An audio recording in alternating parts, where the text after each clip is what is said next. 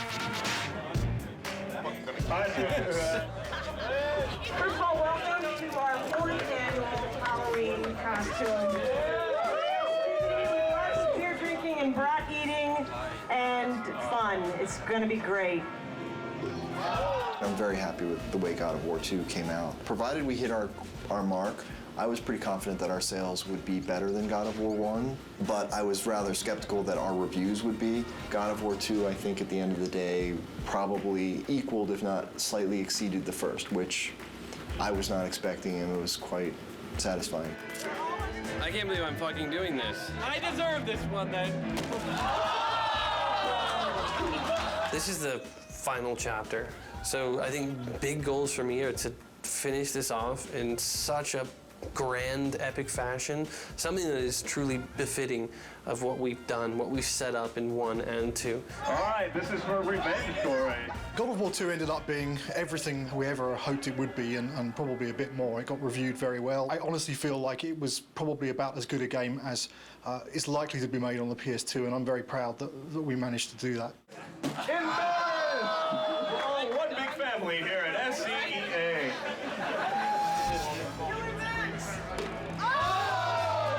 Once you start something, you got to finish it. So that's the way I look at things. God of War 3 is going to be the conclusion to the story. My hope is to make the best effects I can on the last one. When I think of God of War, I think of the best action platformer out there right now. I think other games and other companies look at us and go, how are they doing it? How can we make it like them? And that's rad, because I've totally been at the company where we looked at that game and went, man, how do we do that, you know? My main hope is that it escapes the destiny of sequels as well as God of War 2 has escaped the destiny of sequels. I'm going to be satisfied if we tie it all up and we can kind of close the book.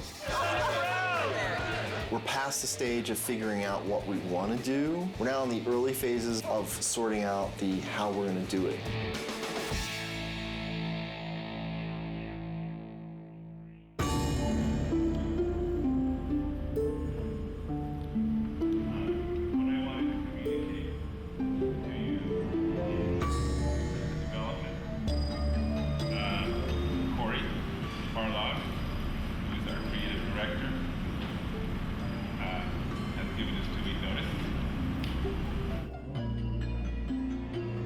Next Friday will be my last day at Sony Santa Monica.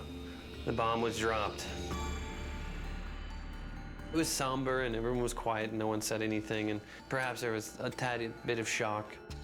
It's killed me because I really didn't want to say something, but it's just nothing you can say is going to come across as anything but you're an asshole. When I heard that Corey was going to leave was kind of annoyance more than anything. It's, you know, it takes a long time to make a successful team as much as a successful product. It's always a pain when a key person in that team decides to move on. First emotion we felt was just shock. Didn't see it coming, didn't expect it. It's like dropping a bomb. Well, it was disbelief, obviously. I thought he would be the last one to leave. Incredibly bummed out, like very, very disappointed. You know, you're never really prepared for something like that, you know. They don't warn you very well either. They just kind of spring it on you. It was kind of a bit of a shock. I never expected that Corey would leave the project, so. But once the initial shock died down, I couldn't help but being a little bit happy for him, so because he was getting to try new things. It kind of puts us in a little bit of turmoil for now, but I think we'll work it out. I'm glad he has the balls to stick to whatever it is that he wants, but I'm also a little pissed that he's leaving us in the lurch, just kind of like holding the bag. I mean, I know I want to be here. If he needs to be someplace else, that's what he's got to do.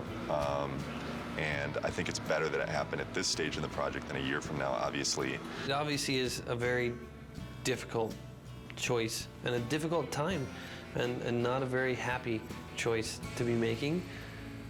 But, you know, on the horizon, the doors are opening. Of course, it's hard to imagine someone stepping into Corey's shoes. He's amazing. Many people wondered whether we could do God of War 2 without David Jaffe, who did God of War 1, and I think we succeeded at that. I think we can succeed at creating a third version without Cory Barlog. I think it's kind of neat, actually. A different director for each chapter.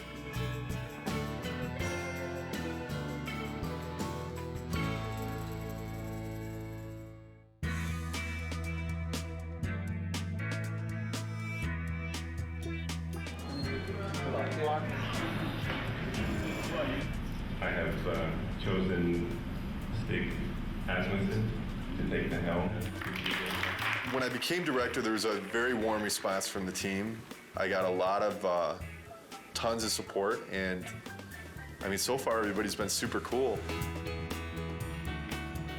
I look back on how Corey handled things and how Dave handled things, and I draw inspiration. I think the most important thing that I got from both of those guys is the fact that they were themselves. I'm super excited about this. You know, this team kicks ass, you know, and it's said a lot, but this type of situation, the kind of garbage that we've been going through in the last month, as far as I'm concerned, this team's second to none. But Stig is fucking amazing. Stig's a pretty good leader, I think mostly because you're probably afraid of him when you first meet him. The entire team really respects him. Everybody communicates well with him, and he's not unfair with any of his decision makings. From my perspective, he is much more easier to work with. He is much more structured and engineer friendly. One of my strengths is to try to lead by example. Hopefully that filters through to the rest of the team and they're able to approach their tasks with total excellence. All those leads from the last game, those key people, they're in place. And that's really where the personality of the studio comes from. That's where the drive of the team comes from, wanting to critique every element and make everything that's in the game the best that it can be. It really is driven from the leads and from the culture of this studio, and that has not changed, even through the turnover. So working on the PS3 is very challenging. It's a lot of new technology and a lot of new techniques are required to make a game on the PS3, which means that we have to learn some completely new techniques for writing our game code. It's also a completely new graphics processor, so we have to learn about those graphics techniques and work out how we expose them to the artist in order to make the best possible art and give the game the look that the art team is interested in. We have a similar set of problems working with the designers. People's expectations for games on the PS3 are much higher. They want to see, you know, more enemies and more complicated effects and, you know, more ragdoll physics on the characters and, you know, realistic looking reactions when you hit people. So yeah, there's a tremendous amount of challenge working on the PS3. God of War 2, the team was able to throw so many things into the game and get things up and running and finding out, is that fun or not? The hard transition for God of War 3 is getting all that to work again because we have so much new technology that has to be built. You know what I'm saying? Everybody has to relearn their own personal expectations and their limitations and how they're projecting their schedules and their tasks and things like that. Everybody is counting on everybody else to kind of make accurate predictions on what they can do. It's tough right now because everything's new. It's just so much more involved. That's very worrisome. When are we going to get to the point where we can say something's going to take 4 weeks to do and it's really going to take 4 weeks to do? It's understandable that nobody understands that right now. PlayStation 3, we're able to push a lot more polygons, a lot more texture resolution and detail, so things are hyper realistic. I mean, they're so realistic now that we can actually see pores on skin and hair and eyebrows and nose hairs. You can see everything. We have a lot of work ahead of us. Every character now is like taking 6 weeks, 8 weeks. At least 6 weeks. Yeah, to make one. It's not like before, it's like 5 days we can make one. For me, it's not knowing kind of where the limits are. You can make stuff look so super realistic now, and that takes a lot of time. Whereas before, we really had defined limits. Yeah, it's exponentially more complex. And the other big thing is this is going to be our first PlayStation 3 game, and we're expected to be able to beat games that some studios have released 2, 3, even 4. Gamers are expecting us to have better technology, better art, better visuals, better gameplay. Across the board, they expect it to be better. And that's pretty intimidating in itself. We're going crazy with the detail. When it's done, I think it's going to look incredible. You're going to see Kratos do a lot more subtle movement, more facial animation, things that the human eye just, usually takes for granted, but now we can include all those things. The things that we can actually accomplish are starting to now really become things that are only limited by our imagination. With the new hardware and the new system, we're able to kind of start pushing the player experience and creating like a much more kind of cohesive world. And the Titan before used to be in a cinematic and now you're actually running on the damn thing. So it's whoa, we're getting there. Titans have never done anything like that. They're pretty crazy. It's insane. The fact that you're going to be able to run around this moving character and it's basically a moving level, it's pretty insane. From a a programming perspective, they're a big challenge. We designed all of our animation systems and everything to deal with a roughly 2-meter high character Exactly. where, if his little finger twitches slightly, there's not too much of a big deal. Exactly. But when your character's Yes. 2 kilometers high, then a Yes. little twitch in the finger suddenly becomes like a really big deal. The very first moment those were mentioned, I was like, oh, Jesus, this is going to be a big problem. Yes. But hey, I mean, it Yes. wouldn't be God of War if we didn't try something we Exactly. didn't think we could do when we started. Because I'm very proud of this game and you guys, I've invited a storyteller friend of mine to come in our walkabout. So Stan Lee is going to join us today and check out your work. This is such a cool time to be just walking around the studio and looking at things as they're coming online. Every month, we do a walkabout, and it's largely for the team to kind of, review each other's work and, and really compliment each other. It's a big studio now, there's like 80 people here, and really it's impossible to keep on top of everything that any given part of the group has been working on. It's an opportunity for everyone to see what cool stuff has been going on in the studio. It's a good way of making everyone realize that they're part of a big machine at this point. Plus, everything looks better after you had a couple beers, so it helps to make your stuff look better. Everyone's out to get Kratos. These are all Olympus, the gods, and they're all bad. All the gods are bad except this guy who's tormented. Yes. That's great. His line is, in the end, there will only be chaos. And then the next game you do is called Chaos. That's a great sequel. There you go. Zeus's brother Poseidon. Terrific, terrific drawings. Hera. Yeah. I love to write dialogue. Maybe we could try something new. A video game with lots of dialogue. I'm sure it would sell like a bomb. And I love the way this hand is there. Oh, gosh. Oh, yeah, and then when he moves the hand, we'll like make that to kind of get destroyed a little bit and get all kinds of dust flying off of it. This is one of the best things I've ever seen. Cool. That is beautiful.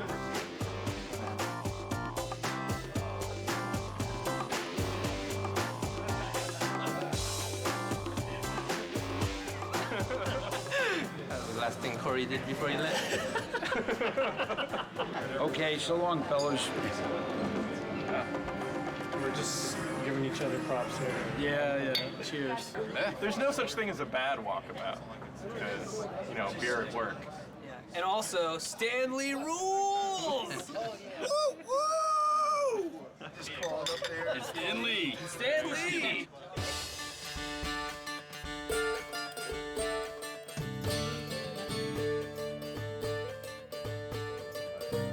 I'm fine with it as long as we make it seem like it's in-game as much as possible. I'm still learning every single day, and I imagine that process won't ever end. And there's so many things that you can learn from every individual on this team. Stig is kind of man of the team, very easygoing, very casual, but he's also extremely intelligent, very thoughtful. I think the thing that's been successful for him is that people just want to help him out. They just want to make a good game. Stig just keeps pushing along. He's got 2 brand new twins at home, and yeah, it just keeps on He's got this other baby, this big baby on his back right now, so he's doing great. Since last Halloween, we made a lot of progress. We've got the story of the game done. We've got the whole design direction completed. 3 months from now, we're going to be doing our press event. Everyone gets to go home early! The first couple times when Stig addressed the team, it was so clear how nervous he was. He would kind of stumble on his words, and he'd literally, turn red, like a stoplight. It was really kind of endearing. But then to watch him sort of evolve, and honestly, I think I was a little bit concerned that, our game director is our public face. And we actually gave him, some media training. And Stig actually asking people, he says, honestly, I don't want to think about all this stuff. I just want to be myself. Is that okay? And they said, you know what? Absolutely. That looks good. Oh, wow. That's how tall Kratos is. He's probably closer to the size of this guy. Will is our stand-in Kratos when Kratos isn't here. I'm about as close as you can get. We picked the venue and the location for the spot, and we brought all the media here. We have something like 60 people here from the media. I can't wait for them to see the actual gameplay. These guys are going to be thrilled. Love Kratos. Kratos is hot. Be nice to see if he ends up a god or destroying Olympus. I do love the violence as well. You know, the women are very beautiful in the game as well. I can't wait to see what new characters they've brought to us, what new enemies, and I'm really excited. I also want the sizzle, you know? Maybe we can just focus it in a little bit more. We can play with that a little bit. Yeah. The development team has worked so hard on this project, so it's really fun to see when all their hard work comes to fruition. I'm going to get through the first couple slides up here, and then I'm going to start to walk around. Nobody has seen the gameplay outside of our studio, so this is going to be the first time. I want to get this over with. I'm nervous, but I'm also excited about this. I think we've got something really cool to show. I'm looking forward to seeing people's reactions. Can we play it? This is our first big kind of press thing. There's definitely some nerves with that. Anxious. I'm definitely anxious.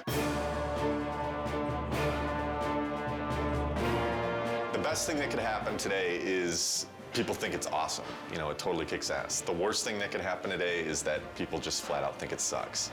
I don't think that's going to happen, but you never know with these media people.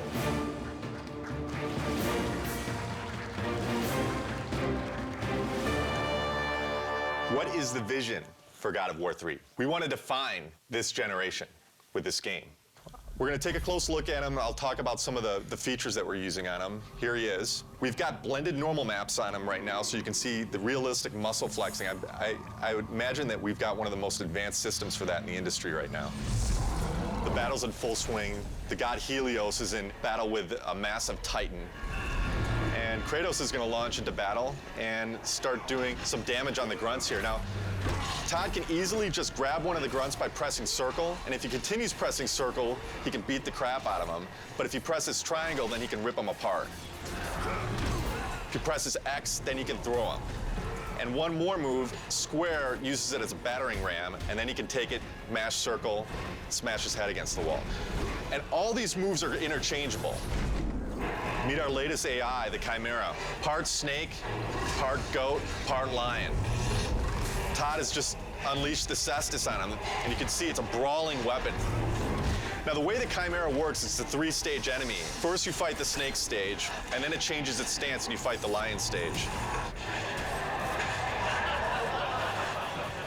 We're really having fun with gore in this game. Entering the Cyclops. Every action that the Cyclops makes is a direct reaction from the pain that Kratos is inflicting on him.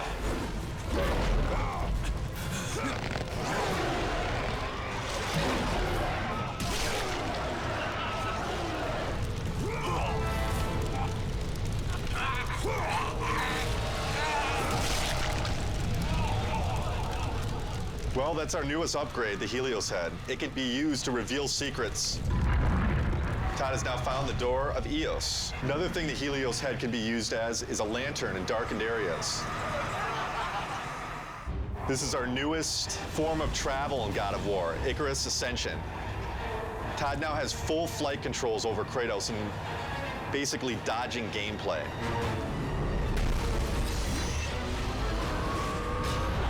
That's it. Oh my God, fantastic. It was great. It was phenomenal. I mean, like, I thought that I had a concept of what it would be like, but this pretty much blew everything completely out of the water. We're putting a lot into this game. I said I think this game needs to be a defining game for this generation, and I truly believe it will be. I can't comment on what the future holds for the series because, you know, I'm focused on God of War 3 right now, but this is God of War is, this is it. This is the end of the story. We got a lot of work to do, so there's no time for relaxing, that's for sure. E3 is obviously a big thing. We got to get this playable to the public, what we just showed on the demo here. We're in pretty good shape for that, but we got to get the game done. We still got a lot of work left to do.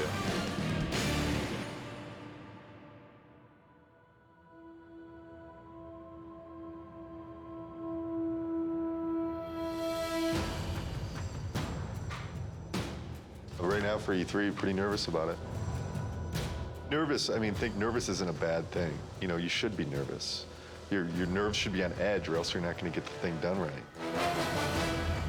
It's kind of ironic that most people would have been happy with the reaction for the press demo, and we were kind of like, we could have done better. We've undertaken to basically change the rendering path between February and E3 to make it look much prettier and much more next-gen. We have this amazing capacity to never know when to stop. Hopefully it'll all come together. I think it will. It's looking very nice. We definitely know how to pressure ourselves. This team sets the bar really high. We could settle for a lot less and probably be a lot closer to being done, but with this group, they're never satisfied. Yeah. We never do things the easy way. Personally, I'm worried, but then I think it's good that I'm worried because that forces me to actually get this shit done. Good. There's definitely pressure, self-created pressure, and then pressure from other departments just to get everything done. We're all just trying to do our best. I think the most pressure we get is from ourselves. Every team is always looking at the other team's work and commenting and critiquing. Yes. So we're really pushing each other the most, I think. It's a lot of back and forth.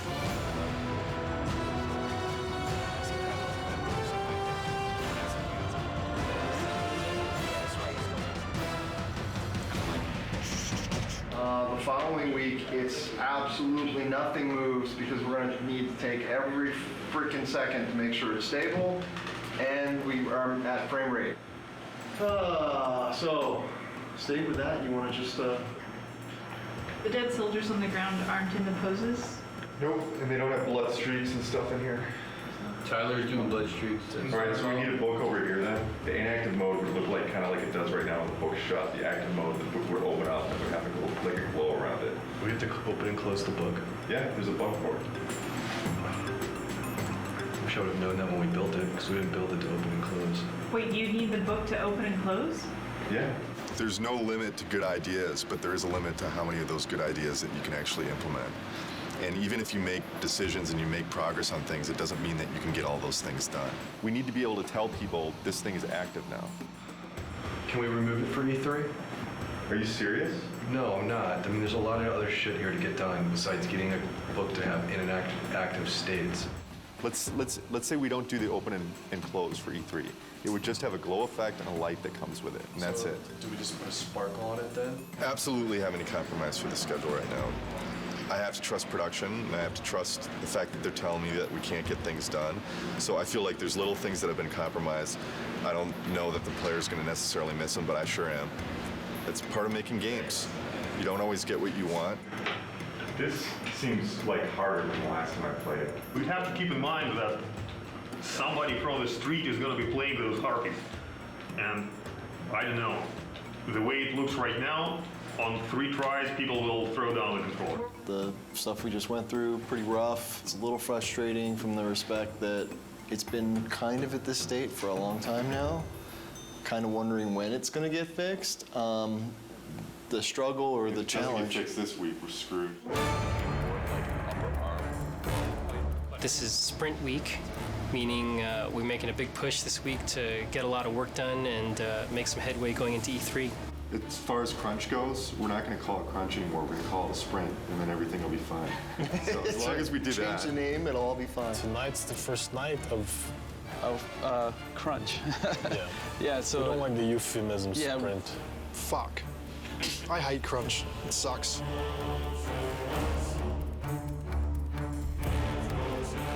Right now, I'm creating a new build, and hopefully that will enable the rest of the studio to then continue working on the awesome content that they're creating for E3. They're definitely waiting on me. Definitely. As far as my end, I feel I'm okay, but then at the same time, I kind of feel like I'm waiting on technology a little bit to kind of come online. We just have a ton of bugs to fix. We're getting new technology right now, and the lighting's kind of broken, fog's kind of broken, so we're just trying to kind of survive, fix all our bugs, and get all of our tech in place so we can get this thing done. You're sprinting now. Yeah.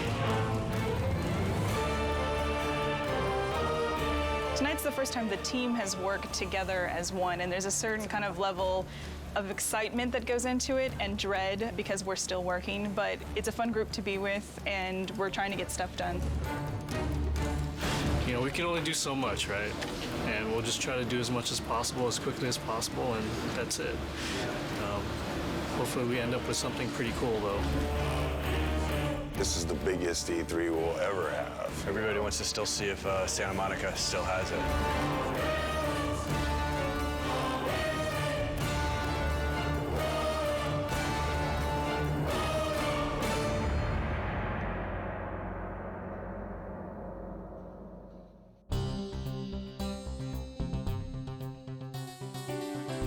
Last 2 weeks have been very, very intense. I actually got here this morning a half hour before the shrine actually opened to deliver live code for what we're playing this morning. I didn't have that code until yesterday afternoon. The Sony press conference is their big moment, 2 hours to like show all the new stuff they have. And it's going to be broadcast on live TV and web. And we're going to end the show with God of War 3. Anytime that you go first or last, if you open the show or close the show, it's an honor. I guess we're happy that Sony seems so committed to our game. It's nice that all of our hard work over the last 7 years, really, because that's how long we've been working on the God of War series in total, is really getting the reception that it seems to be getting. We're real excited that we're closing the press conference. It's a great opportunity. It's a great way to end. We're going to be live on stage playing real live code. So nerves are definitely high. Like a lot of jitters. Stig's going to be talking and I'm going to be playing on stage, so a little stressful. Got to take the edge off a little bit. Headlining scares the shit out of me. I've never done something this big, standing in front of 2,000 people or however many it is. This is one of the most eagerly anticipated games of this generation. I'd like to invite Stig Asmussen to the stage to show you the first few minutes of the jaw-dropping God of War 3.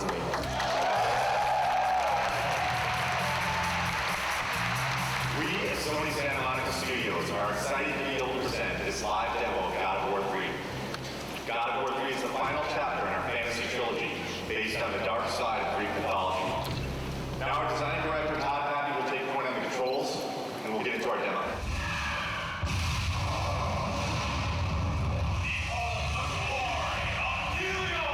I'm really anxious. I'm really excited. This is a really important moment for the team. It's important for the game. I hope that we make the impression that we always strive for.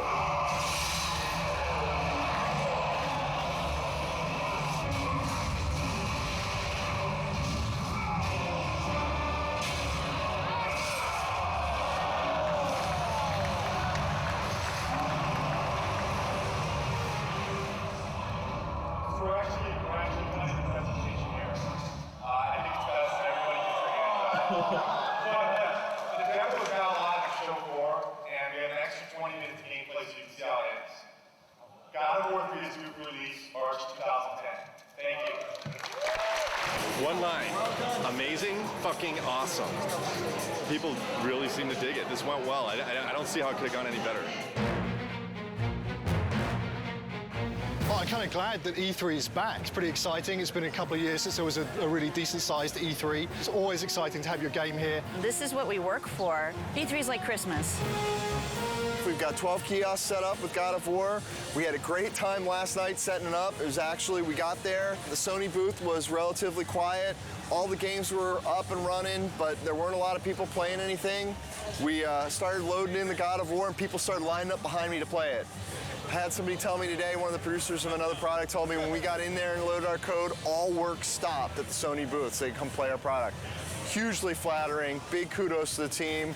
Got chills just having that whole experience. It was awesome. It was excellent. It was, disgusting and exciting all at the same time.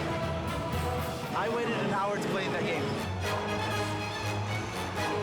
When you finally get to decapitate Halo's head, that was like amazing. Didn't expect to see that.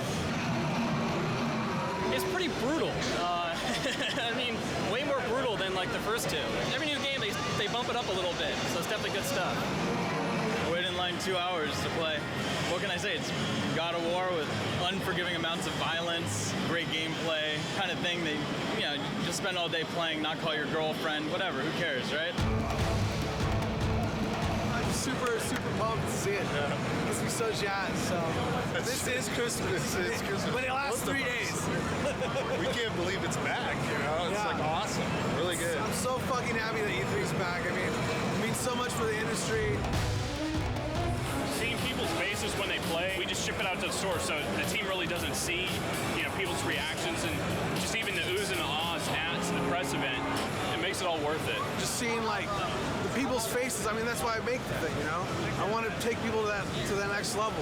I think this is what excites the team the most when they get to see people's reactions. We work our asses off before this to just get the demo to be as polished as possible, and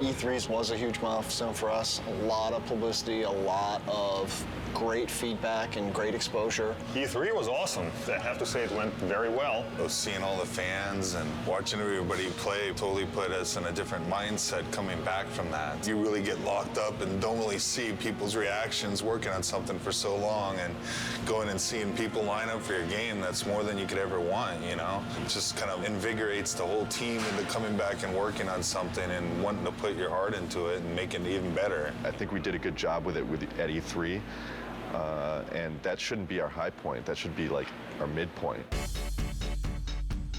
Alpha is when the whole game from start to finish needs to be in one bag. It can have placeholder assets, but you can fly basically through the whole game or walk through the whole game, and everything's represented in approximately the way that it will ship with. Yeah, so ideally by Alpha we shouldn't go, oh hey, we need that extra bad guy, or hey, we're gonna add a new boss. Which we've done on other games, so. But ideally on God of War 3, you know, Alpha will be, okay, all of our pieces are in. And then after Alpha becomes Beta, and Beta is basically art lock. I want to make sure that when I'm playing the game, I've got a smile on my face. You know, I've played God of War for the last 6 or 7 years of my life now. As long as I'm got a smile on my face, I think there's a good chance that that's going to translate over to the fans. If you kind of take a look at this here, you can see this character that's the size of the Sears Tower, roughly. It's about 1,500 feet tall. It's a different kind of boss battle. Kronos is more than Gaia, is more fully alive, and you're more fighting on a character that's moving around. So this has been very tedious and challenging and time-consuming to put this together, but I think at the end it'll be definitely worth it, and people will feel like they're playing something they never played before. Kronos will actually like thrust his hands forward and he will scrape and leave his fingers there, so that you can actually attack his fingernails. We'll have a breakable on the fingernail, and then the fingernail will bring up like a circle prompt. You'll grab onto that and in the CS move, and then basically do a struggle and then rip it out, and you know, it'll be kind of a gory, cool, memorable moment. We actually want to make this awesome. We want to make this gameplay super exciting. It's going to be everything people expect from what the Titan fight should be. What are the big tech issues, Chris, that you need support on? The only big tech issue we need support on at the moment is the issue with the collision. The more static you can get him, the more precision you will get in your CS move. The problem is that since it's a skin collision, the skin itself is not just a non-deformable object that you can rely on to not have change from one frame to the other. That's the biggest issue we can have. What we're doing hasn't really ever been done before, and so a lot of what we're running into are issues with trying to make it as exciting as possible, but working within the technical constraints that we have and in the time frame that we have. I would say that the rewrite of skin collision is turning into a very unrealistic proposition to get it finished before Alpha. Time is the biggest fun killer usually, as far as developing. It's we come up with the most exciting scenarios, but do we have the time to put it together? Fabrice and I will need to take a look at what is going on and what's fixable and what is not, and what we will have to design around. With Kronos, the whole is greater than the sum of its parts, and when you see it all together in the finished product with all the polish, I think it's going to be one of the most memorable experiences in gaming history. That's how I feel about it. I know it's going to be like that. The murderer of Gaia enters my tomb. Kronos! I know it was you who killed her, Spartan. Who else could?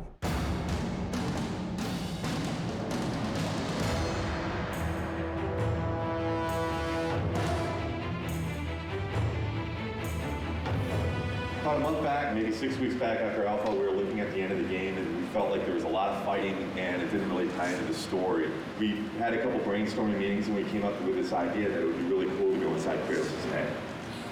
Because that's where the struggle is really taking place. The story's really never done until the game ships. And we're always tweaking it and modifying it. But I really like working on the story. Kratos is going to have this emotional struggle inside of his head.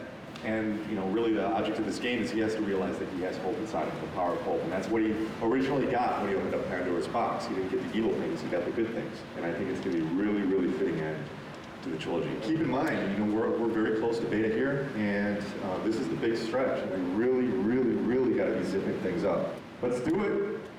That's all I got. That's all I got.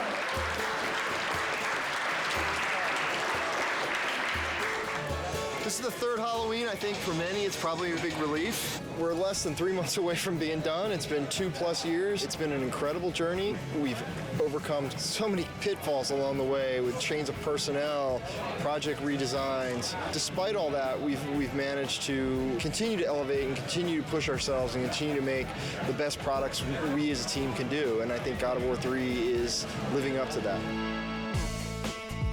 To complete the third one is pretty amazing.